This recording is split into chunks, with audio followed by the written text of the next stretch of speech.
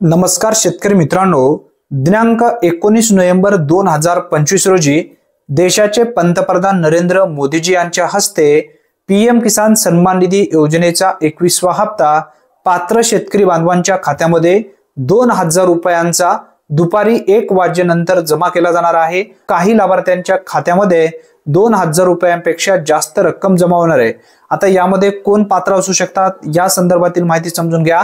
ज्या लाभार्थ्यांच्या 20व्या हप्त्यापर्यंत काही त्रुटीच्या अभावी एखादा हप्ता रुकलेला होता, अशा लाभार्थ्यांचा सुद्धा जो रुकलेला हप्ता आहे आणि येणारा हप्ता असे एकूण 2 हप्ते मिळू शकतात। काही लाभार्थ्यांचे 3 हप्ते असतील, काही लाभार्थ्यांचे 4 हप्ते असतील।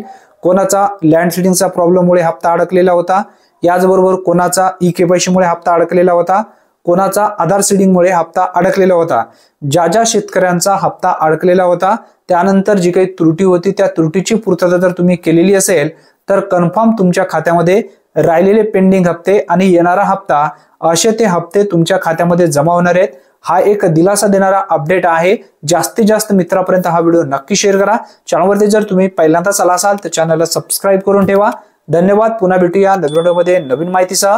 तोपर्यंत जय हिंद, जय महाराष्ट्र।